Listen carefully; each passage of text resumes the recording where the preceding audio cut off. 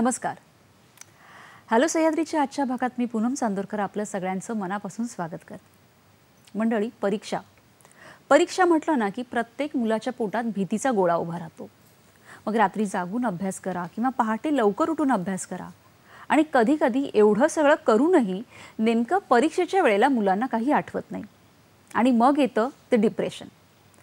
आणि मग या परीक्षेची भीती न बाळगता आपली मुलं परीक्षा हसत खेळत कशी देऊ शकतील, यामध्ये पालकांची भूमिका काय आहे, काय बरं करता येईल की ज्यामुळे या परीक्षांची भीती वाटणार नाही, या सगळ्या विषय आज आपण चर्चा करणार आहोत. आजचा आपला विषय काय आहे ते बघूया. आजचा आपला विषय आहे हसत खेळत परीक्षेला जाताना. या महत्त्वाच्या विषयावर मार्गदर्शन करण्यासाठी, चर्चा करण्यासाठी अशाच तज्ञ व्यक्तींना आपण आपल्या इथे आमंत्रित केलेलं आहे. आपल्याबरोबर आहेत श्री सचिन उषा विलास जोशी, शिक्षण अभ्यासक. नमस्कार सचिन सर. नमस्कार. हॅलो सह्याद्री कार्यक्रमात तुमचं मनापासून स्वागत. धन्यवाद. सर शिक्षण अभ्यासक असून एस्पॅलियर या प्रयोगशील शाळेचे संचालक आहेत. झोपडपट्टीमधील विद्यार्थ्यांसाठी फिरत्या शाळेच्या माध्यमातून सपोर्ट क्लासही चालवतात आणि या फिरत्या शाळेला Limca book of world record या पुरस्काराने देखील सन्मानित करण्यात आलं आहे. त्यांनी पुणे विद्यापीठाच्या विविध विषयात पोस्ट ग्रॅज्युएशन करून 7 विविध डिग्री घेतल्या. पण एकही दिवस जॉब न करता त्यांनी सर्वप्रथम पुणे येथे नापासांची शाळा काढली. जवळजवळ 8,000हून अधिक विद्यार्थ्यांना त्यांनी शाळेमध्ये आत्तापर्यंत प्रवेश देऊन शाळेचं शिक्षण दिलेलं आहे. शैक्षणिक विषयांवर कार्यशाळा, व्याख्यानं व परिसंवाद ते घेत असतात आणि सातत्याने अनेक वृत्तपत्रांमधून लिखाणही ते करत असतात. आज आपण त्यांच्याकडून मुलांच्या मनातील परीक्षेची भीती कशी घालवायची आणि त्याच्यामध्ये पालकांची भूमिकाही नक्की किती महत्त्वाची आहे, या सगळ्यांविषयी चर्चा करणार आहोत.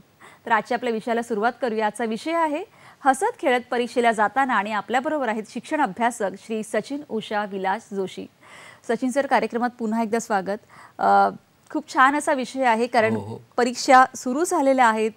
अगदी जानेवारी आणि याच्यामध्ये प्रिलिम सुरू असतात. फेब्रुवारी मार्च हा परीक्षेचा मुख्य काळ असतो आणि अगदी किती नाही म्हटलं तरी प्रत्येक मुलामध्ये च्या पोटामध्ये जसं आपणही लहान असताना भीतीचा एक गोळा येतोच की परीक्षा आहे असं. आणि 2-3 वर्षात जर हे कोविडचं आपण जर सत्र बघितलं तर आपल्याकडे जे पुस्तक आणि फळा होता तिथे जाऊन आता लॅपटॉप आणि मोबाईल आलेला आहे. सगळी ऑनलाईन पद्धती झालेली आहे. मग ह्या ऑनलाईनमुळे मुलांच्या लिखाणावर किंवा एकंदरीत सगळ्यांवर परिणाम झालाय का? नक्कीच, कारण आजचा विषय फार महत्त्वाचा आहे. ऑनलाईन 2 वर्ष मुलांनी ऑनलाईन परीक्षा दिली आहे आणि आता ते प्रत्यक्ष परीक्षा देणार आहेत आणि त्यामुळे त्यांच्यावर काय काय परिणाम झाला. पहिला परिणाम हाच झाला की मुलांना लिहिण्याची सवयच राहिलेली नाही. म्हणजे त्यांचं हँडरायटिंग खराब झालं आहे, लिहिण्याची सवय त्यांना राहिलेली नाही आहे, कॉन्सन्ट्रेशनचे प्रॉब्लेम झालेले आहेत. तर आता 2-2.5 वर्षांनी मुलं प्रत्यक्ष लिहिणार आहे. म्हणजे जो मुलगा 6-7ला होता, 8ला होता, तो डायरेक्ट आता 10वीची बोर्डाची परीक्षा देणार आहे. तर परिणाम तुम्ही म्हणतात तसं नक्कीच झालेला आहे. आता याच्यावर उपाय काय? म्हणजे पहिलाच म्हणजे याच्यातून परिणाम काय झाला की मुलांचं हँडरायटिंग इश्यू झालेले आहेत. तर या हँडरायटिंगवर सॉल्व्ह करायचं असेल तर काय केलं पाहिजे? तर मला असं वाटतं पहिली टिप्स मला इथं द्यावीशी वाटते ते म्हणजे की दिवसभर तुम्ही बोर्डाच्या ज्या काही परीक्षा असतात किंवा मागच्या वर्षाच्या काही 2-3 वर्षाच्या एक्झामच्या पेपर्स असतील ते पेपर दिवसभर तुम्ही अभ्यास करा, वाचा, त्यातलं सगळं समजतं की नाही सगळं बघून घ्या आणि याच्या बेसवर आईला सांगून, बाबांना सांगून किंवा टीचरला सांगून तुम्ही एक नवीन प्रश्नपत्रिका बनवा आणि ती टाईम लावून, म्हणजे 3 तासाचा पेपर आहे तर टाईम, फॉर एक्झाम्पल संध्याकाळी 6 ते 9 असा टाईम लावून तो पेपर सोडवा. म्हणजे दिवसभरात तुमचे 3 पेपर सोडवणं होतात आणि बरोबर जो हँडरायटिंगचा प्रॉब्लेम आलेला आहे, वेळेमध्ये पेपर सोडू शकत नाही, हे जे प्रॉब्लेम ऑनलाईनमुळे आलेले आहेत ते सुटतील असं मला वाटतं. नक्कीच. कारण काय झालेलं आहे की ह्या 2-3 वर्षाच्या काळामध्ये जवळजवळ एक तर पहिल्या काही 1 वर्ष तर मुलांचं घरीच गेलं आणि मग हळूहळू जेव्हा ऑनलाईन पद्धती सुरू झाली तर त्याच्यामुळे जो एक आपला लिखाणाचा पॅटर्न होता तोच बदलला गेला आणि अशा पद्धतीने ते थोडं सराव करू शकतात. जसं मी सुरुवातीला सांगितलं की बऱ्याचदा असं होतं की मुलं खूप अभ्यास करतात, रात्री जागून अभ्यास करतात, पहाटे उठून अभ्यास करतात आणि परीक्षेला जाण्याच्या दिवशी किंवा परीक्षेच्या 1 तास आधी मात्र आपल्याला असं वाटतं की मी अभ्यासच नाही केलाय किंवा मी जेवढा अभ्यास केला होता तो मी सगळाच विसरलोय. तर ही एक भीती मुलांच्या मनात असते. तर मुलं का घाबरतात आणि त्याच्यावर आपण काय उपाय करू शकतो, कारण काय आहेत त्याची? बरोबर, खूप महत्त्वाचा मुद्दा आहे. याला आम्ही एक्झाम फोबिया म्हणतो. म्हणजे काही ठिकाणी आपण घाबरणं, परीक्षा आली की आपण नॉर्मल घाबरतो, ठीक आहे. पण काहींच्या बाबतीत कसं होतं की टाइम टेबल डिक्लेअर झालं की त्यांना भीती वाटायला लागते. 1.5 महिने आधी काही मुलं खूप धार्मिक बनतात, अंबाबाई पास कर ग वगैरे असं सुरू होतं. 1 महिना आधी झोप येत नाही, डिस्टर्ब राहतात, स्वप्नामध्ये परीक्षा येते, परीक्षेमध्ये अवघड पेपर आणि दचकून येतात. आणि काही मुलं एक्झामच्या हॉलमध्ये गेलं की त्यांना काही आठवत नाही, ब्लँक होतात. आणि एक्झामच्या हॉलच्या बाहेर आलं की सगळ्या प्रश्नांची उत्तर आठवतात. मग ते हॉलमध्ये का नाही आठवलं, एक्झाम हॉलमध्ये का नाही त्याला आठवलं? तर हा कम्प्लिटली पॅटर्न, याला आम्ही म्हणतो, याला एक्झाम फोबिया, परीक्षेची भीती. आता ही परीक्षेची भीती जर घालवायची असेल किंवा ही एक्झाम फोबियामधून बाहेर पडायचं असेल तर काय केलं पाहिजे? अतिशय सोपी टेक्निक आहे. काय करा, रोज, आता परीक्षेला जवळजवळ महिनाच राहिलेला आहे, रोज रात्री झोपायच्या वेळेस पायाच्या अंगठ्यापासून तर आपल्या मेंदूपर्यंत पूर्ण बॉडी रिलॅक्स करत जायची. बोलायचं, आपला सेल्फ टॉक फार महत्त्वाचा असतो की माझे पाय रिलॅक्स होत आहेत, पूर्ण बॉडी अशी टप्प्यात, ज्याला आपण शवासन म्हणतो. आणि पूर्ण ब्रेन आपला रिलॅक्स झाल्यानंतर डोळे बंद करून व्हिज्युअलायझेशन करायचं. हे व्हिज्युअलायझेशन कसं आहे की मी एक्झाम हॉलमध्ये गेलो, प्रश्नपत्रिका आली, आन्सर शीट आली, मी छानपैकी लिहितो आहे, माझं हँडरायटिंग चांगलं आहे, मला भराभर आठवतं आहे, मला सगळे फॉर्म्युलेज आठवत आहेत, माझं वेळेमध्ये पेपर पूर्ण होत आहे आणि माझा छान पेपर झालेला आहे, माझ्यात स्माईल आहे, व्यवस्थित मी मेंटेन, माझा कॉन्फिडन्स आहे, मी टीचरला पेपर दिला आणि मी हॉलच्या बाहेर आलो. ह्या पद्धतीने तुम्ही रोज 5 मिनिटं असं तुमच्या सबकॉन्शियस माइंडला ट्रेनिंग केलं तर मी तुम्हाला 100% सांगतो, तुमचा पूर्ण परीक्षेची भीती ही निघून जाईल. एक.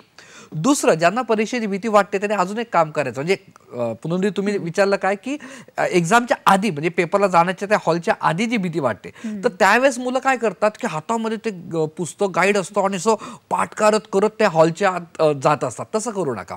ओके, रिलॅक्स राहा.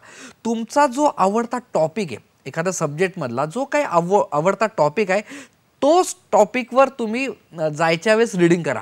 याने काय होतं, तुमचा कॉन्फिडन्स असतो ना तो मेंटेन राहतो. कारण की अभ्यास झालेला असतो, प्रश्न असतो आपली सायकोलॉजिकल स्ट्रेंथचा. त्यामुळे ह्या 2 टिप्स केल्या तर परीक्षेची भीती पूर्णपणे जाईल. नक्कीच. कारण बऱ्याचदा आपण स्वतःही बघितलेलं आहे की अगदी शेवटच्या क्षणापर्यंत, जोपर्यंत शिक्षक किंवा शिक्षिका हातातलं पुस्तक खेचून घेत नाहीत, तोपर्यंत काही मुलांचा अभ्यास चालूच असतो. बरोबर. त्यावेळेला सुद्धा ते हे टिप नक्कीच करू शकतात.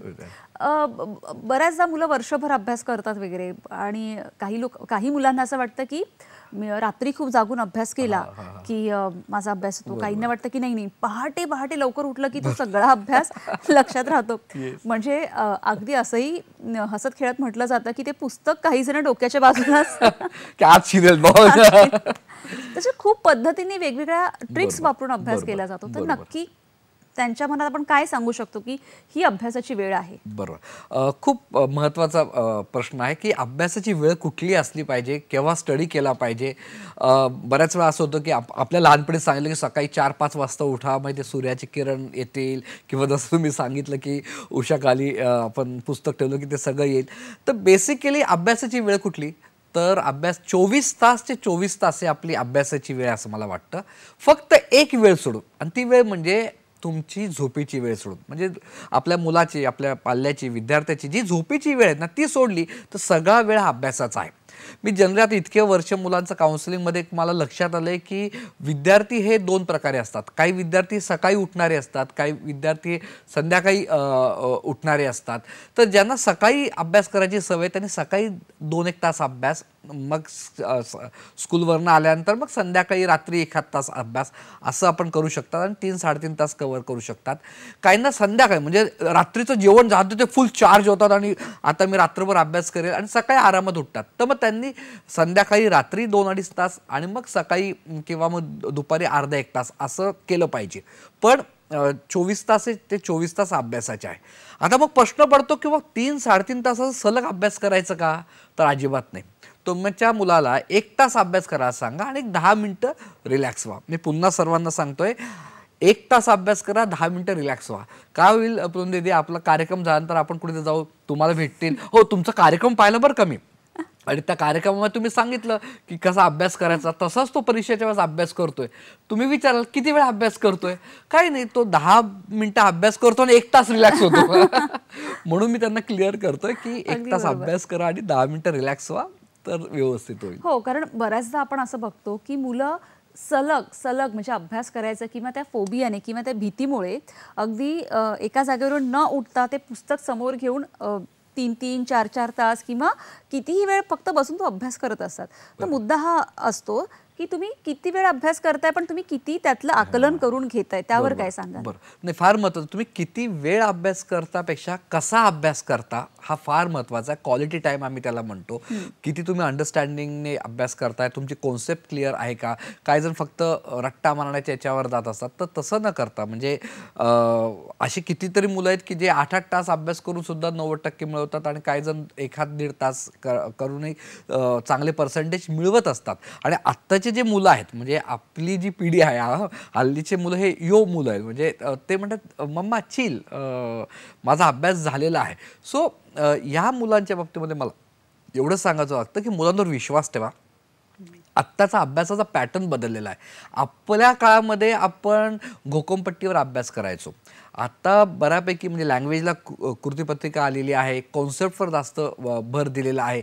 त्यामुळे मुलांचा क्वालिटी टाईम देऊन त्यांनी 1.5-2 तास सिन्सिअरली अभ्यास केला तर मला असं वाटतं की त्यांना व्यवस्थित त्यांचा अभ्यास झालेला असतो.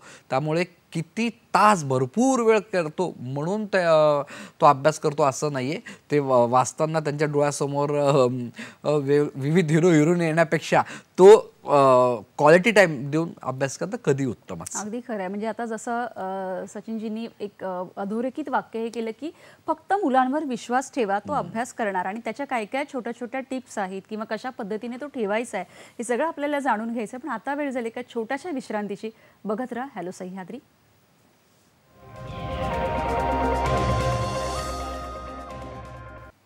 विश्रांतीनंतर हॅलो सह्याद्री कार्यक्रमात सगळ्यांचं पुन्हा एकदा मनापासून स्वागत.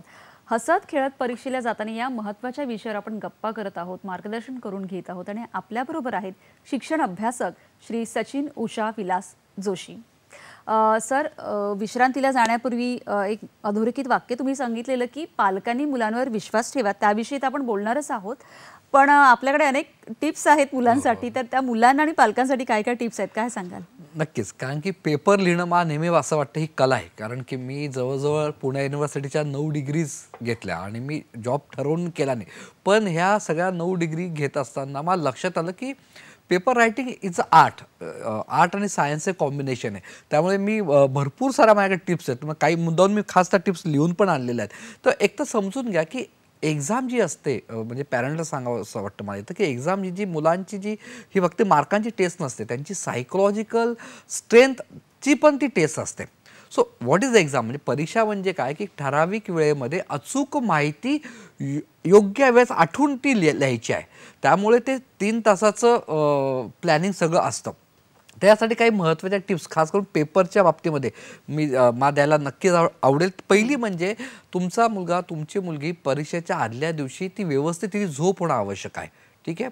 म्हणजे सलग 6 ते 7 तास आपल्या मेंदूला जर झोप मिळाली तर दुसऱ्या दिवशी मुलांना आठवतं. जितकी छान झोप तेवढं व्यवस्थित आठवतं.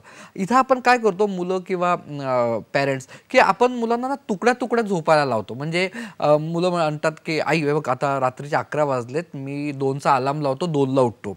पुन्हा 2ला कसं तरी उठतो, अभ्यास करतो. मग मुलगी म्हणते आता मी 4चा अलार्म लावते, 6चा अलार्म लावते.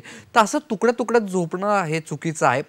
मेंदूला एक्झामच्या आधी सलग झोप पाहिजे. एक दुसरं महत्त्वाचं म्हणजे पेपरच्या आदल्या दिवशी किंवा पेपरला सकाळी जाण्याच्या वेळेस रिव्हिजन करताना तुमची एक स्वतःची एक वही पाहिजे ज्याच्यामध्ये फक्त पॉईंट्स असेल, शॉर्ट पॉईंट्स, लघुमुद्दे.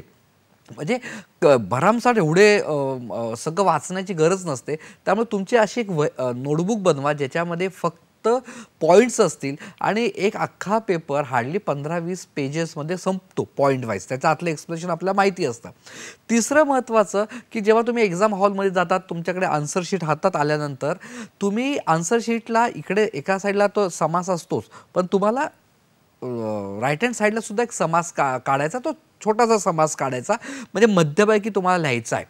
फक्त हिस्ट्री, जॉग्रफी आणि सायन्स, मी पुन्हा सांगतो हिस्ट्री, जॉग्रफी आणि सायन्स या विषयाच्या बाबतीमध्ये तुम्हाला काय करायचं, एक एक्स्ट्रा समास काढायचा. म्हणजे क्वेश्चन 1 असं लिहिलं तर पहिल्या समासात दुसऱ्या समासामधील बॉक्समध्ये आपण लिहिलं क्वेश्चन 1चा आपण ऑप्शन 2 निवडला किंवा 1 निवडला तो, आणि त्याचा सब पॉईंट जो आहे, फॉर एक्झाम्पल रोमन नंबरमधला आय असेल किंवा 1 असेल या पद्धतीने, तर ते दिसायला खूप छान दिसतं. त्यामुळे हा एक महत्त्वाचा मुद्दा.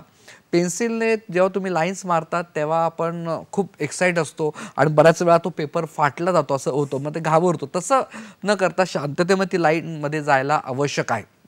दुसरी एक महत्त्वाची टिप्स मला आता आठवली, ती म्हणजे जिथं ज्या आन्सर हे पॅराग्राफ्समध्ये असतात, ओके, म्हणजे हिस्ट्रीचा पॅराग्राफ्समध्ये असतं, मराठी लँग्वेजेस म्हणजे इंग्लिश, हिंदी, तर एक पॅराग्राफ झाला की एक 1 लाईनची गॅप सोडा आणि मग पुन्हा दुसरा पॅराग्राफ सुरू करा, तर ते दिसायला खूप छान सुटसुटीत वाटत असतं.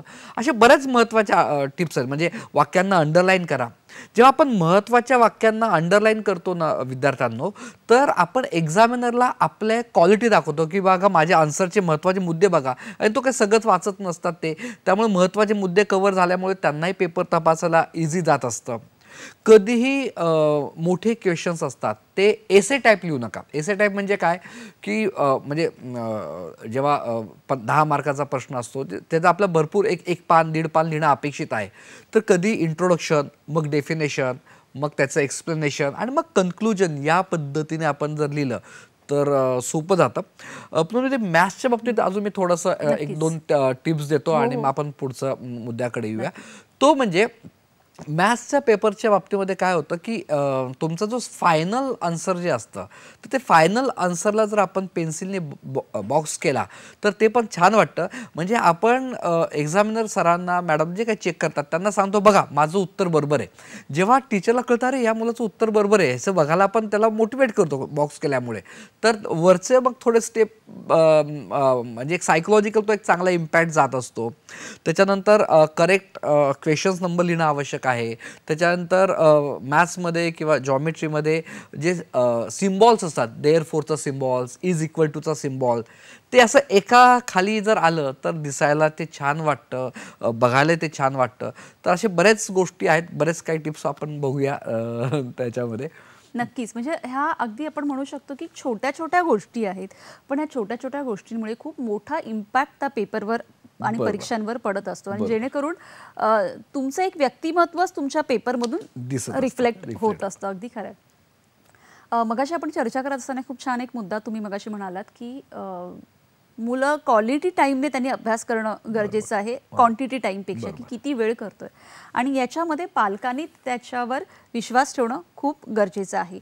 म्हणजे आजकाल मुलांना म्हणतात ना आवाजामध्ये अभ्यास करण्याची एक सवय लागली. त्याविषयी आपण आधी बोलूच, पण एक फोन घेऊया. साईनीता आपल्याशी बोलतात कल्याणवरून. नमस्कार, बोला साईनीता ताई. हॅलो. हा बोला, तुमचा प्रश्न विचारा. माझी एक विनंती आहे सरांना की ते खूप चांगलं सांगतायत, तर त्यांनी त्यांचा नंबर किंवा ते ऑनलाईन संस्थांसाठी आणि विद्यार्थ्यांसाठी मार्गदर्शन देऊ शकत असतील तर ते त्यांनी तसा त्यांचा ऑनलाईन नंबर द्यावा, ही माझी पहिली विनंती आहे. आणि दुसरं माझं निरीक्षण असं आहे की हसत खेळत परीक्षेला जर जायचं असेल ना तर तयारी अतिशय उत्तम पाहिजे, आणि तयारी उत्तम होण्यासाठी 2 निरीक्षणं माझी आहेत. सरांनी त्यावर त्यांचं मत सांगावं की मुळात घरात शैक्षणिक वातावरण पाहिजे, म्हणजे अभ्यासच हसत खेळत झालेला पाहिजे पूर्ण, म्हणजे मग त्या माणसाला तो आत्मविश्वास येऊ शकतो. परदेशात सुद्धा ऑनलाईन शिक्षण आहे, पण तिथे हा प्रॉब्लेम येत नाही की लिहायची स्पीड कमी झाली, वाचायची स्पीड कमी झाली. त्याचं कारण त्यांनी त्याच्यावर म्हणजे शिक्षण व्यवस्थेने ते ओव्हरकम केलेले आहेत प्रॉब्लेम. इथे काय झालं होतं की इथे कॉपीराईटचा प्रश्न असल्यामुळे अनेक विद्यार्थ्यांकडनं आम्ही अशा हे ऐकल्या तक्रारी की त्यांना ती इन्फॉर्मेशन परत हवी असेल तर डाउनलोड करायची सोय नव्हती. तर तसं न करता हे सगळं लक्षात घेऊन जर मुलांची तयारीच नीट करून घेतली तर ते परीक्षेला हसत खेळत जातील. आणि सरांनी कृपया त्यांचा नंबर किंवा ते ऑनलाईन क्लासेस घेऊ शकतात का विद्यार्थ्यांसाठी आणि संस्थेसाठी सुद्धा, तो द्यावा. धन्यवाद. नक्कीच, धन्यवाद साईनीता ताई. सरांविषयीची जी माहिती आहे ती तुम्हाला आपल्या दूरदर्शनच्या केंद्रावरून नंतर नक्कीच मिळेल. आणि तुमचा जो दुसरा मुद्दा आहे की उत्तम तऱ्हेने तयारी झाली तर हसत खेळत मूल परीक्षा देणारच. तर काय सांगाल त्याविषयी? नक्कीच त्यांचा दोन्ही मुद्दे हे एकदम बरोबर होते सायलीताईंचे. त्यांनी सांगितले घरातलं वातावरण हे फार महत्त्वाचं आहे. म्हणजे मी स्लम मुलांवरही काम करतो, मध्यमवर्गीय पालकांवरही काम करतो, उच्चवर्गीय पालकांसाठी शाळा चालवतो. त्यामुळे एक लक्षात आलं की जिथं घरामध्ये अभ्यासाचं वातावरण असेल त्या मुलांची प्रगती ही जास्त होते. आणि हा रिसर्च आहे, याच्यावर इकॉनॉमिक्सने सुद्धा छान रिसर्चने काय पेपर प्रेझेंटेशन केलेलं आहे की घरामधलं वातावरण म्हणजे याचा अर्थ आई वडिलांनी अभ्यास घ्या हा असा मुद्दा नसतो, पण घरामध्ये आई वडील अभ्यासाच्या बाबतीमध्ये जागृत आहेत, समजून घेणारे आहेत, त्याला एक शिस्त आहे, एक टाइम टेबल आहे, सातत्याने शाळेमध्ये शिक्षकांशी छान कम्युनिकेशन करतायत, आज काय होमवर्क झालेला आहे, आज उद्या काय अभ्यास आहे, याचं एक थोडंसं एक जागृती असेल तर मुलांच्या अभ्यासावर चांगलाच परिणाम होत असतो. आणि बऱ्याच ठिकाणी मी व्याख्यानासाठी जात असतो, यूट्यूबवर सगळ्या गोष्टी आहेत आणि आपल्याला दूरदर्शनच्या इथं नंबर जरूर मिळेल. नक्कीच. आणि जसं मगाशी मी म्हटलं की काही वेळेला आत्ता म्हणजे आपल्या वेळेला किंवा असं म्हणू शकतो की जी एकाग्रता किंवा शांतीमध्ये आपल्याला अभ्यास करायची सवय होती, तसं आत्ताच्या मुलांची किंवा आत्ताची पिढी थोडी बदललेली आहे. बऱ्याचदा मुलं असं होतं की गाणी लावून किंवा काहीतरी आवाजात किंवा कशामध्येही त्यांचा अभ्यास होतो. मग पालकांनी त्यांच्यावर विश्वास ठेवणं थोडं जड जातं, त्याविषयी काय सांगाल? नक्कीच. आता ॲक्च्युली याला दोन पैलू आहेत. काही मुलांना अभ्यास करताना बॅकग्राऊंडला म्युझिक लागतं. ओके, आता त्याच्यातही रिसर्च बाहेर आलेलं की ज्यांना अभ्यासामध्ये बॅकग्राऊंडला म्युझिक लागतं त्याचं कॉन्सन्ट्रेशन चांगलं होतं. खास करून मॅथ्स, जॉमेट्री जिथं प्रॉब्लेम सॉल्विंग्स असतात तिथं याचा उपयोग जरूर होतो. त्यामुळे ज्या मुलांना ही सवय आहे त्यांना, म्हणजे आता ज्यांना सवय नाही आहे आणि आता लगेच मुलगा अभ्यास करताना मागे गाणे लावू नका, पण ज्यांना सवय आहे ते ती कंटिन्यू करा. फक्त तो स्क्रीन नको हा सर्वात महत्त्वाचा मुद्दा. पुढे आपण तो घेणारच प्रश्न, पण स्क्रीन नको, पण बॅकग्राऊंडला म्युझिक असेल तर नक्कीच कॉन्सन्ट्रेशन मुलांचं वाढतं. फक्त ते कुठलं म्युझिक, तर आपल्या काळामधले म्युझिक बदललेत, पण आत्ताचे सगळ्या मुलांचे जे म्युझिक आहे ते सगळे पॉप, इंग्लिश वगैरे असतात. पण काही हरकत नाही, हे आत्ताची पिढी ही जास्त रिलॅक्स आहे. म्हणजे आपण काय करतोय की आपण जसे पेपर दिले तो का आठवतो आणि मुलांना तशा त्या अँगलनी बघतो आहे, तर तसं नसलं पाहिजे. आत्ताची मुले जास्त रिलॅक्स आणि कॉन्फिडंट आहेत.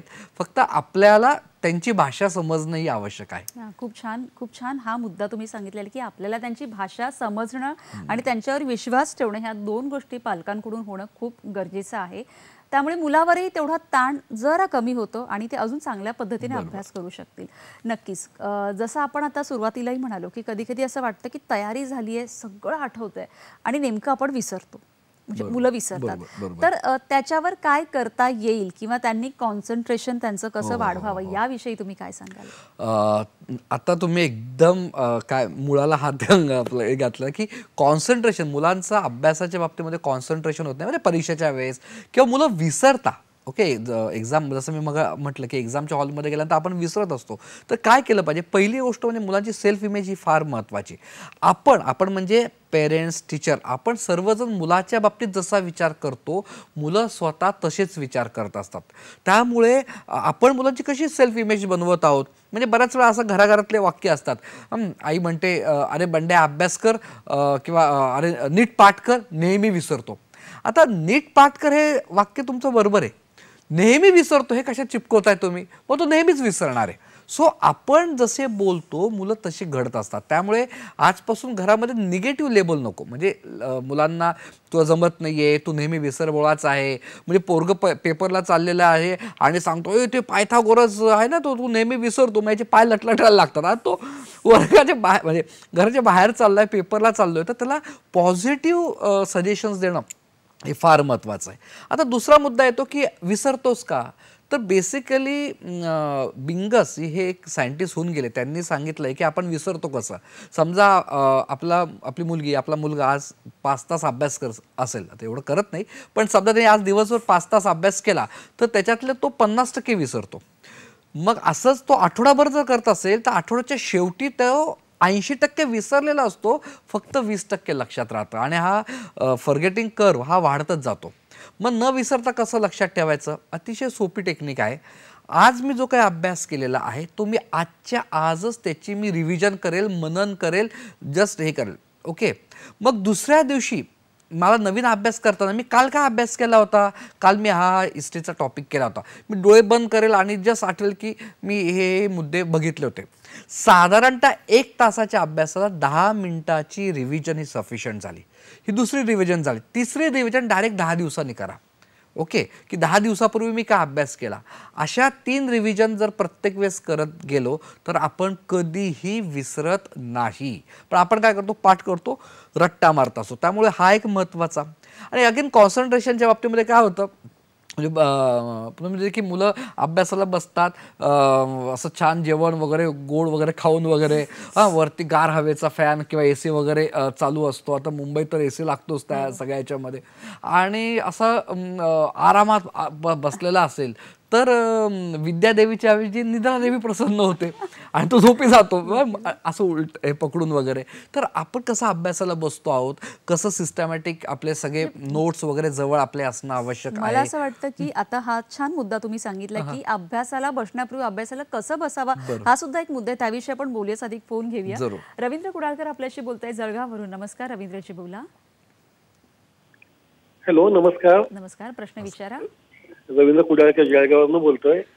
सर, आपण खूपच सकारात्मक आणि छान मार्गदर्शन करत आहात. खरं तर मी नाशिकच्या आठवणीत गेलो. आपल्या संस्थेसोबत स्कूल ऑन व्हील या आपल्या उपक्रमात आम्ही सहभागी देखील झालेलो होतो. माझा प्रश्न असा आहे, शहरी विद्यार्थ्यांच्या तुलनेमध्ये ग्रामीण भागातले जे विद्यार्थी आहेत, एक तर आत्मविश्वास कमी पडतो, परीक्षेची भीती, पालकांच्या अपेक्षा, शिक्षकांच्या अपेक्षाही असतात आणि थोडंसं हुशारी असते, बुद्धिमत्ता असते, पण ते परीक्षेला सामोरे जाताना गुणवत्तेची देखील भीती असते. गुणवत्ता असूनही मार्क कमी पडतील का अशी भीती असते. तर अशांसाठी तुम्ही काय सांगाल? धन्यवाद. नक्कीच, थँक्यू, धन्यवाद. खरं तर त्यांचा जो मुद्दा आहे तो आपण घेऊयाच, पण त्याआधी एक छोटासा ब्रेक घेऊया. भेटूया पुन्हा हॅलो सह्याद्रीमध्ये. आता घेऊया एक छोटीशी विश्रांती.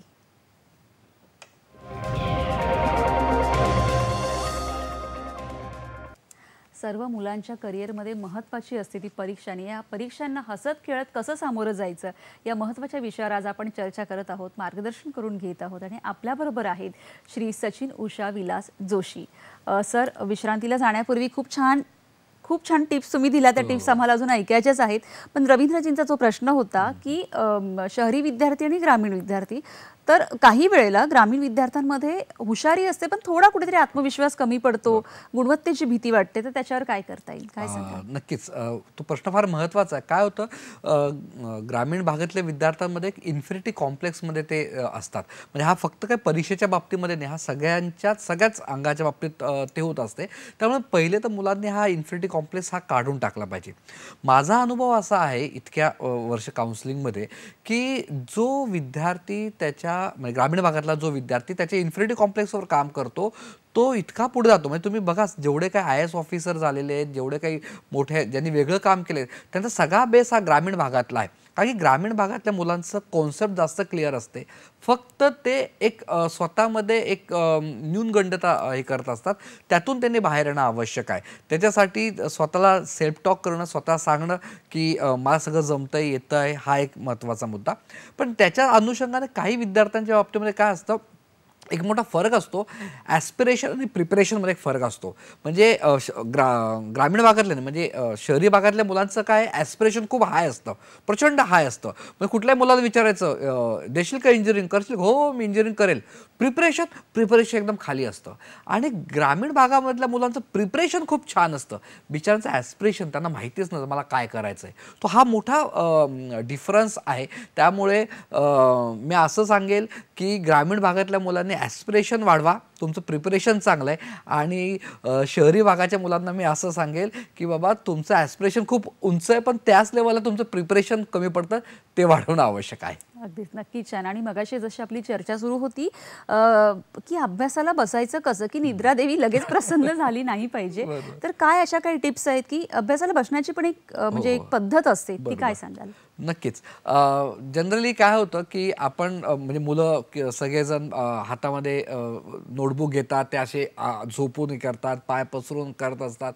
कधीतरी ठीक आहे, पण मुलांना आपण एक सवय लावली पाहिजे की बाबा तुझा स्वतःचा हा टेबल आहे, तुझी चेअर आहे, तिथे सगळे पुस्तकं असे व्यवस्थित रचून ठेवले असतील तर कॉन्सन्ट्रेशन चांगलं होतं. काय होतं, आपण जर पसारा करून ठेवला, मग हे पुस्तक वाचावं म्हणजे इंग्लिश नोट घेऊ का, मॅथ्स घेऊ का, जॉग्रफी घेऊ, आणि त्याच्यातच वेळ जातो. हा टॉपिक आवडत नाही, हा कंटाळावाला आहे, असे काहीतरी लेबल्स आपण लावतो. तेवढ्यात काहीतरी अरे टी व्हीवर काहीतरी सिरियल लागते, ती बघायची इच्छा होते. हे का होतं, कारण की अतिशय सिस्टमॅटिक ती जागा बनवलेली नसते. त्यामुळे तुमच्या मुलीची अभ्यासाची स्टडी रूम जी आहे, स्टडी रूम सेपरेट नको आहे, जी काय तुम्ही भले ते ड्रॉइंग रूममध्ये बसलेले असतील, पण त्याला त्याची स्वतःची एक चेअर, एक टेबल, तिथं सिस्टमॅटिक सगळ्या गोष्टी असणं. आणि म्हणजे पेन नाही तर मुलगा पेन घ्यायला उठला, पेन्सिल घ्यायला उठला, फोन आला उठला, इरेझरला अशा छोट्या छोट्या गोष्टीमध्ये उठत असेल तर कॉन्सन्ट्रेशन होणार नाही. सगळ्या गोष्टी एका ठिकाणी असणं आवश्यक आहे. अगदी खरं आहे. त्याचबरोबरीने मला असं विचारायचं की जसं आपण मगाशी बघितलं की पेपर एलॅबरेट करून आपण मुद्देसूद लिहिणं वगैरे, तर बऱ्याच आर्ट्सचे जे विद्यार्थी असतात त्यांना त्याचा फायदा खूपच होतो. पण त्याचबरोबरीने आपले सायन्सचे जे काही विद्यार्थी आहेत तर त्यांच्या पेपरसाठी तुम्ही काय टिप्स द्याल? फार महत्त्वाचं आहे. सायन्सच्या याच्यामध्ये बऱ्याच वेळा डायग्राम्स असतात, कारण की 10-12 जर तुम्ही बायो वगैरे बघितलं तर डायग्राम्स काढताना सायन्सच्या विद्यार्थ्यांनी काय केलं पाहिजे की साधारण अर्धपान तरी त्याचा वापर आपण केला पाहिजे. आणि त्याला स्क्वेअर चौकट करा, त्या चौकटीमध्ये सायन्सच्या विद्यार्थ्यांनी डायग्राम्स काढली तर ती दिसायला छान वाटते. त्याती जी ही जी आहे काय म्हणतात चौकट जी आहे त्याचं ती 2B पेन्सिल आणि HB पेन्सिल याच्यातला एक फरक असतो. चौकट ही थोडी डार्क काढली आणि आत जे काही डायग्राम्स आहेत, जे काही चित्र तुम्हाला काढायचे आहेत ते जर व्यवस्थित केले तर ते असं 3D टाईप उठून येतं. त्याला नावं द्यायची असतात, तर कॅपिटल वर्ड्समध्ये जर आपण नावं दिले, हेडिंग्स दिले तर तेही दिसायला खूप छान वाटतं. त्या छोट्या छोट्या गोष्टी आहेत की ज्या आपण केल्या तर हे पेपर छान होतो. इनफॅक्ट मला आता एकदम असं आठवलं, एक्झाम पेपरमध्ये आपण काय टाळलं पाहिजे, म्हणजे हा एक महत्त्वाचा मुद्दा आहे की आपण काय केलं पाहिजे सांगतो, पण काय टाळलं पाहिजे हे आपण सांगत नाही. तर याच्यामध्ये पहिली गोष्ट आपण टाळली पाहिजे की काही मुलं ना पहिले 2 पानं एकदम छान लिहितात आणि नंतर घाणेरडं अक्षर काढतात. तर आपलं हँडरायटिंग शेवटपर्यंत असलं पाहिजे. एक बरेच जण आर्ट्स किंवा 10वीच्या खालचे जे मुलं असतात, एसे लिहायचा असतो, 10 मिनिटात जसं तसं रखडतात, ते काही लिहितात.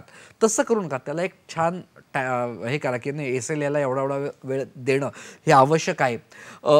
आन्सर शीटला स्वतःचे क्रमांक टाकणं हा एक चुकीचं आहे. त्यामुळे या सगळ्या गोष्टी आपण जर टाळल्या तर मला वाटतं की पेपर ही आर्ट आहे असं जाईल. नक्कीच. आणि जसं आता तुम्ही सांगितलं की सुरुवातीला बऱ्याचदा मुलं अगदी खूप सुंदर किंवा हळूहळू लिहिण्याचा जो स्पीड असतो आणि नंतर मग त्यांना हळूहळू कळतं की आता आपल्याकडे वेळ कमी पडत चाललाय किंवा आपला पेपर अपूर्ण राहतो आणि मग जे धावणं असतं तर ते थोडंसं ती तफावत होते. तर त्याच्यावर एखादी टिप्स काय द्याल?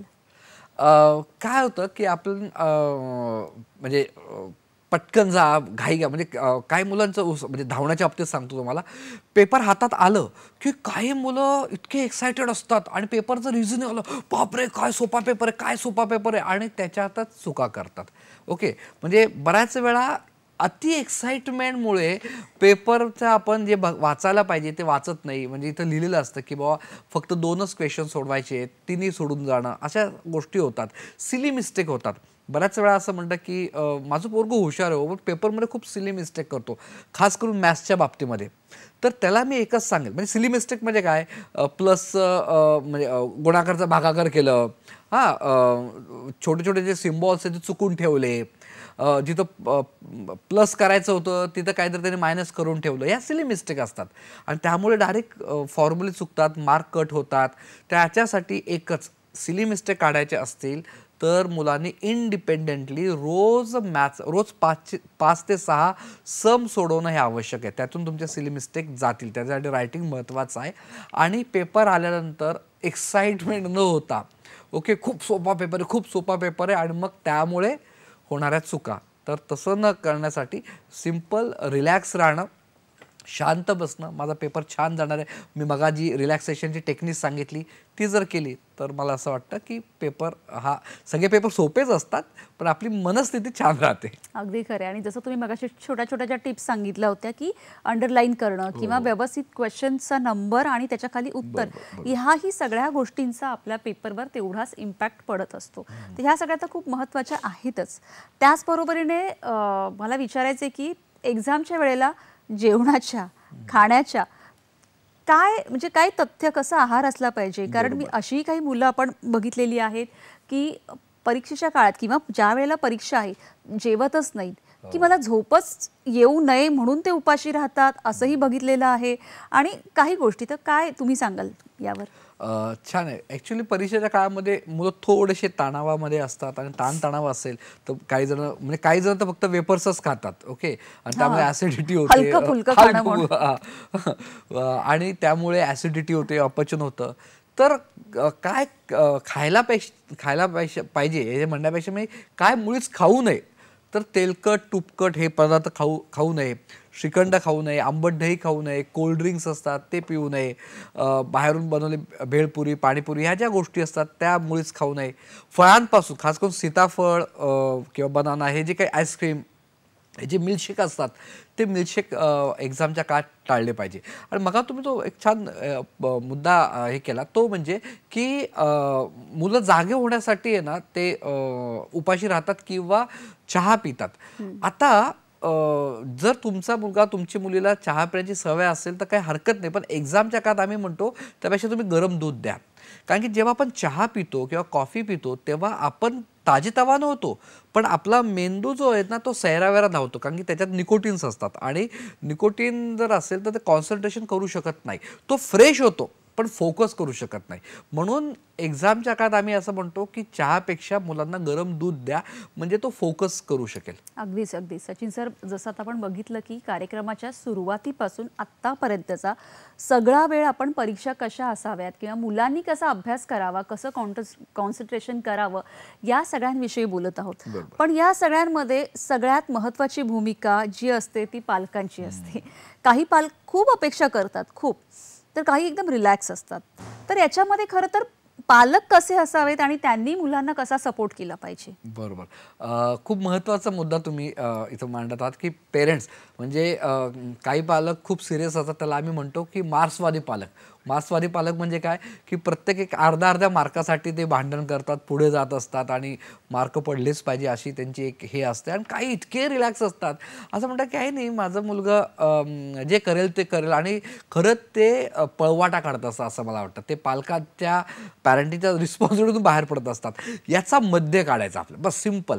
म्हणजे अति पण करायचं नाही आणि एकदम मोकळे सोडून द्यायचं नाही. त्यामुळे पालकांनी मुलांना रोज एक्झामच्या काळामध्ये किती एक्सपेक्टेशन, किती पर्सेंटेज पडले पाहिजे रोज नका सांगू. एकदा सांगा, आज बसा बाळा, आपल्याला इथे इथे जायचं आहे, हे टार्गेट आहे, आपण एवढं पर्सेंटेज जे काय त्याची अपेक्षा आहे ती ठरवा.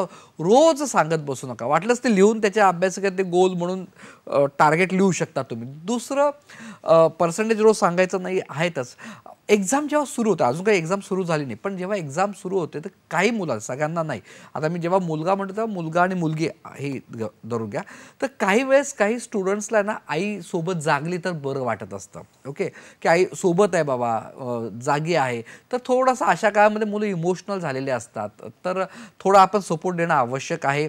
त्याच्या अभ्यासात नाक नका खुपसो, म्हणजे बघू रे जमतोय का तुला, अरे असं नाही बाबा, तुला काय लागलं, दूध वगैरे लागलं काही खायचं असेल तर मी बरोबर आहे, मी जागलेली आहे, तुझ्या बरोबरच आहे, याने पण एक चांगला परिणाम हे होत असतो. सेकंड, मुलांच्या भावना ॲक्सेप्ट करा. आपला काळ, आधीचा काळ आणि आत्ता जी मुलं पेपर देत आहेत याच्यामध्ये फार मोठं जनरेशन गॅप आहे. ठीक आहे, त्यामुळे त्यांना मान्य करा की आई म्हणते, मुलं म्हणतात की आई हा टॉपिक आहे ना खूप अवघड आहे. लगेच आपण काही अवघड आहे, तुला अभ्यास करायचाच नाही, तुला हेच करायचं नाही, लगेच अरे त्याच्या इमोशन मान्य तर करा. जेव्हा आपण विद्यार्थ्यांच्या मुला मुलींच्या अभ्यासाच्या संदर्भातले इमोशन मान्य करतो त्यावेळेस अर्धं काम सोपं होतं. अरे नाही, खूप अवघड पेपर आहे बरं का, मी समजू शकतो, काय लागली मदत मला सांग, अशा पद्धतीतून संवाद आपण साधला तर पालकांनी सपोर्टची भूमिका देणं आवश्यक आहे. एक्सपेक्टेशनचं सातत्याने हे करणं नाही. आणि काही आम्ही असं बघतो की 10वी आली की मग बॉसला सांगेल मी नोकरी आज सोडून देणार आहे, हे करणार, असं काही करू नका. तुमचं रेग्युलर रुटीन चालू राहू द्या घरामध्ये. त्याला असं वाटतं की माझी एक्झाम आहे, 10वी आहे म्हणजे काहीतरी फार वेगळं होणार. हां, घरातल्या पार्ट्या कमी करा, थोडंसं एक सिरियस वातावरण ठेवा, पण आता मी कुठेच जाणार नाही, मी आता 24 तास तो इथं बसेल, दडपण होऊ नका. मध्य गाठणं आवश्यक अगदी आहे. खरं, तो मध्य गाठणं खूप महत्त्वाचं असतं, जेणेकरून त्या मुलांवर सुद्धा दडपण येणार नाही आणि नक्कीच त्याला परीक्षेची तेवढी भीती वाटणार नाही. सचिन सर, मला त्याचबरोबरीने असं विचारायचं की काही वेळेला कसं होतं की काही पालक खूप अपेक्षा, म्हणजे प्रत्येक मूल हे वेगळं असतं आणि बरोबर, आपलं मूल बरोबर. जसं आहे तसं आपण ॲक्सेप्ट करणं हे खूप महत्त्वाचं असतं. तर समजा ह्या घरात ह्या मुलाने 90% मिळवले, तर माझ्या घरात माझ्या मुलाने 98% मिळवलेच पाहिजे. तर ही अपेक्षा थोडीशी तुम्ही त्या पालकांसाठी काय सांगाल? कारण प्रत्येक मूल वेगळं असल्यामुळे त्याचा IQ किंवा सगळंच वेगळं आहे. त्याविषयी जरा बोलणं खूप महत्त्वाचं आहे असं मला वाटतं. नक्की. इथं म्हणजे मी सर्वांना हे सांगेल की तुमचा मुलगा, तुमची मुलगी हुशार आहे की नाही हा प्रश्नच नाहीये. ओके, मी पुन्हा सांगतो, तुमचा मुलगा, तुमची मुलगी हुशार आहे की नाही हा प्रश्न नाहीये. प्रश्न हा आहे तो कशात किंवा ती कशात हुशार आहे शोधण्यामध्ये. ठीक आहे. आणि ते काही मार्कांमध्ये नाही आहेत. परीक्षा, आयुष्य काही मार्कांमध्ये दडलेलं नसतं. कधी कधी मुलांना कमी मार्क्स पडले तरी सुद्धा त्यांना चांगलं करिअर होऊ शकतं. त्यामुळे मार्क आणि आयुष्यामधला काय म्हणतात सक्सेस तसा काही संबंध नाही आहे. पण इथं पालकांची भूमिका ही फार महत्त्वाची ठरते की मुलांची तुलना करू नका, कंपॅरिझन करू नका. बऱ्याच वेळा काय होतं की घरामध्ये जर सिबलिंग असतील, हे असतील, तर एखादा मुलगा बोर्डात आलेला असतो किंवा पहिला आलेला असतो, तो आता काहीतरी इंजिनिअरिंगला असतो, त्याचं दडपण हा असतो. आणि बघ, किंवा शाळेतले टीचरसुद्धा म्हणतात की तुझा भाऊ किंवा तुझी बहीण बघ कशी आली आणि तू कसा आहे. प्रत्येक मुलगा हा वेगळा आहे. जसं म्हणजे आपल्या हाताचे जे ठसे आहेत, अंगठाचा ठसा हा जगातल्या कोणाबरोबर मॅच करू शकणार नाही. Everyone is unique. There is a bright child in every child. प्रत्येक मुलामध्ये हुशार मूल दडलेलं आहे. प्रत्येक जण वेगळा आहे. त्यामुळे गुलाब गुलाब आहे, मोगरा मोगरा आहे. गुलाबाला मोगरा करण्याच्या भानगडीत पडू नका ना, मोगऱ्याला गुलाब करण्याच्या भानगडीत पडू नका. त्याने तो जे व्हायचं ते होऊ शकणार नाही आणि ते मार्कांच्या याच्यात पडत नसतं. आता ही सिस्टीम आहे, त्या सिस्टीममध्ये जावं लागतं. पण जेव्हा आपण एक्सेस या सगळ्या गोष्टी करतो, अति करतो, तर त्या मुलातलं मूल पण जातच, पण तो जे करू शकत होता ते पण निघून जातं असं मला वाटतं. मला असं वाटतं खूप अतिशय सुंदर असं तुम्ही उदाहरण दिलंय की गुलाब गुलाब आहे आणि मोगरा मोगरा आहे, तर एकमेकांना असं बनवण्याचा काही प्रयत्न करू नका. आणि मला असं वाटतं की आता आज आम्ही तुमच्याकडून मार्गदर्शन करून घेत आहोत आणि प्रत्येक युनिट टेस्टमध्ये नापास होणारे तुम्ही आज तुमचा रेडिओ जो आहे तो युनिसेफमध्ये मान्यता आहे, लिम्का बुक ऑफ वर्ल्ड रेकॉर्डमध्ये. त्यामुळे मार्कांच्या चौकटीत न बसताही आपण काय काय करू शकतो याचं उत्तम उदाहरण आज आमच्या समोर आहे आणि आपण तुमच्याकडून मार्गदर्शन करून घेत आहोत. त्याचबरोबर विचारायचं की वर्षभर अभ्यास करून, घोकमपट्टी करून, सगळं करून हा ताण जो आपण ज्याच्यासाठी घेत असतो ते प्रगती पुस्तक, ते कसं असावं किंवा त्याच्याकडे कसं बघावं, मुलांनी, पालकांनी तो दृष्टिकोन कसा असावा त्याविषयी सांगा जरा. नक्कीच. प्रोग्रेस कार्ड म्हणजे आपल्या काळातलं प्रगती पुस्तक असं होतं की लाल खून दिसलं की आपल्याला दगदग, म्हणजे अजूनही प्रगती पुस्तक म्हटलं की आपल्या छातीमध्ये दडदडायला लागतं. आणि आत्ताचं प्रगती पुस्तक आणि त्यातल्या नवीन शैक्षणिक धोरणाच्या माध्यमातून आलेलं 360 degree multi dimension progress card हा फारच वेगळा विषय आहे. आज तो विषय नाही आहे. पण आत्ता जे एक्झामचं आहे की मार्कांचे प्रगती पुस्तक, समजा तुमच्या मुलाला कमी मार्क पडले असेल त्या प्रोग्रेस कार्डमध्ये, तर लगेच हल्ला करू नका, का बरं एवढे कमी मार्क्स पडले, कसे पडले. त्यापेक्षा कुठे प्रयत्न कमी पडतायत, तुम्ही तिच्या टीचर्सला भेटू शकतात का. अगेन टीचरला भेटण्याच्या वेळेस आहे ना संवाद साधायचा आहे. ओके, आपण संवादच्या वेळेस वाद घालतो टीचरला, जसं की आपण शाळाच विकत घेतली आणि म्हणतो की हा मुलगा एवढा मागे कमी मार्क पडलेस कसे काय तुम्ही, असं करू नका.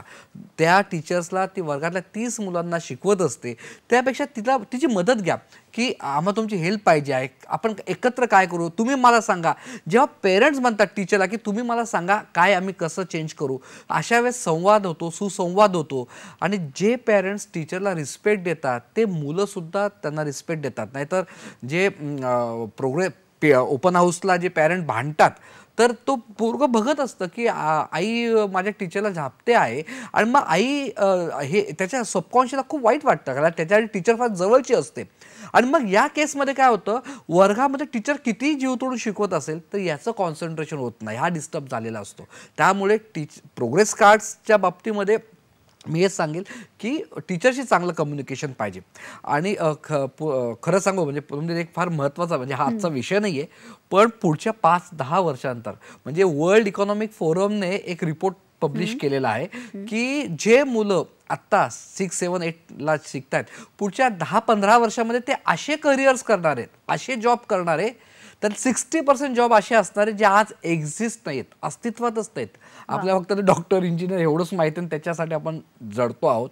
पण 60% जॉब आपले मुलं असे करणार आहेत. म्हणजे माझ्या वर्गामध्ये 100 मुलं असतील त्यातले 60 मुलं असे जॉब करणारे जे आज एक्झिस्ट नाही, ते तुमच्या प्रोग्रेस कार्डवर दिसतच नाहीत. त्याचे स्किल्स जे आहेत ते आयडेंटिफाय पण ते मार्कांमध्ये नाहीत. मग तुम्ही म्हणा की कुठले स्किल्स आहेत तर लगेच थोडक्यात सांगून पण देतो. 4 स्किल्स आहेत. क्रिएटिव्हिटी पाहिजे मुलांमध्ये, कम्युनिकेशन्स पाहिजे, कोलॅबरेशन म्हणजे एकत्र काम करण्याची मुलांना सवय पाहिजे आणि चौथं म्हणजे ते म्हणजे problem solving skill, critical thinking पाहिजे. हे चारही तुमच्या काही एक्झाम पॅटर्नमध्ये नाही आहेत पॅरेंट्स. त्यामुळे या 4 गोष्टींवर जास्त लक्ष द्या असं मी सांगेल. नक्कीच मला असं वाटतं की आजचा जो कार्यक्रम आहे तो बघून पालकांनाही कळालं असेल की आपल्या मुलांबरोबर कसं कम्युनिकेशन करायचं आहे किंवा किती दडपण त्यांना द्यायचं आहे आणि मुलांनाही परीक्षेचं दडपण न घेता कशा पद्धतीने त्याला सामोरं जायचं ह्या अनेक टिप्स त्यांना मिळाल्या असतील. विषय खूप महत्त्वाचा आहे, पण तरीही जाता जाता आपल्या सगळ्या पालकांबरोबर मुलांना तुम्ही काय सांगाल? फार महत्त्वाचं आहे की स्टुडंट्स परीक्षा सगळ्यांनाच द्यावी लागते. परीक्षा आधी म्हणजे 5000 वर्षापासून परीक्षा चालू आहे आपल्याकडे, फक्त ते पॅटर्न्स वेगवेगळे असतात, सगळ्यांना जावं लागतं. पण ही परीक्षा ही फक्त मार्कांची आहे, तुमच्या आयुष्याची नाही आहे. ठीक आहे, त्यामुळे आपला कॉन्फिडन्स मेंटेन ठेवा. कमी मार्क पडले लगेच डिप्रेस होऊ नका. काही जण फार सुसाईड टेंडन्सीपर्यंत जात असतात, त्याचा विचार करू नका. कारण की जगातल्या सगळे प्रॉब्लेम्सवर उत्तर हे आपल्याला मिळत असतं. त्यामुळे फोकस करा, सोशल मीडियाच्या बाहेर पडा. आपण सातत्याने मोबाईलमध्ये अडकलेलो असतो. जेव्हा तुम्ही खूप मोबाईल बघत असतात, स्नॅपचॅट्स असतील, बरेच सोशल मीडियावर आपण असतो, तर आपल्या ब्रेनला आपण सातत्याने म्हणजे दर मिनिटे टिक टिक वाजत असेल तर तुम्ही तुमचा ब्रेन हा एका वेळेस फोकस करू शकणार नाही. ओके, त्यामुळे एक्झाम काळामध्ये हे 2-3 महिने थोडंसं मोबाईल बाजूला ठेवला तर तुमचे पर्सेंटेज हे 100% वाढतील. आणि मला जे माझं गोल आहे, जिकडे मला जायचं आहे, ज्या करिअरकडे जायचं आहे, त्याच्यासाठी जी शिडी असते त्या शिडीवर जाण्याच्या स्टेप्स असतात, तिथे जाऊ शकाल. त्यामुळे परीक्षा ही मार्कांची आहे, तुमच्या आयुष्याची नाही आहे. पण परीक्षा द्यावीच लागते, आत्मविश्वासाने द्या, एवढंच मी तुम्हाला सांगेल. वा, अतिशय सुंदर. म्हणजे परीक्षा द्यावीच लागते, पण ती देताना ह्या छोट्या छोट्या गोष्टींचा जर आपण वापर केला, जर विचार केला आणि जर त्या अंमलात आणल्या ना, तर मला वाटतं की कुठल्याही मुलाला कुठल्याही परीक्षेची, अगदी आयुष्यामधल्याही कुठल्याही परीक्षेची कधीच भीती वाटणार नाही. हसत खेळत त्या प्रसंगाला, परीक्षेला तो नक्कीच सामोरं जाईल. आजचा आपला कार्यक्रम तुम्हाला कसा वाटला आम्हाला नक्की कळवा. माध्यमं तर तुम्हाला माहीतच आहेत. फेसबुक आहे www.facebook.com/DD सह्याद्री. जीमेलवर तुम्ही तुमच्या प्रतिक्रिया, तुमचे प्रश्न आमच्यापर्यंत पाठवू शकता. hellosahyadri20@gmail.com. यूट्यूबवर हा आणि सर्वच कार्यक्रम पुन्हा बघू शकता. ट्विटर ID सुद्धा आहे. सचिन सर इथे आलात, मुलांना तर मार्गदर्शन केलंच, त्याचबरोबरीने पालकांनाही मार्गदर्शन केलं आणि अतिशय साध्या सोप्या सुटसुटीत पद्धतीने कशा पद्धतीने परीक्षेला सामोरं जायला पाहिजे हे सांगितलं. त्याबद्दल खरंच खूप खूप धन्यवाद. धन्यवाद. भेटूया पुढील भागात पुन्हा एका नवीन विषयासह. तोपर्यंत नमस्कार.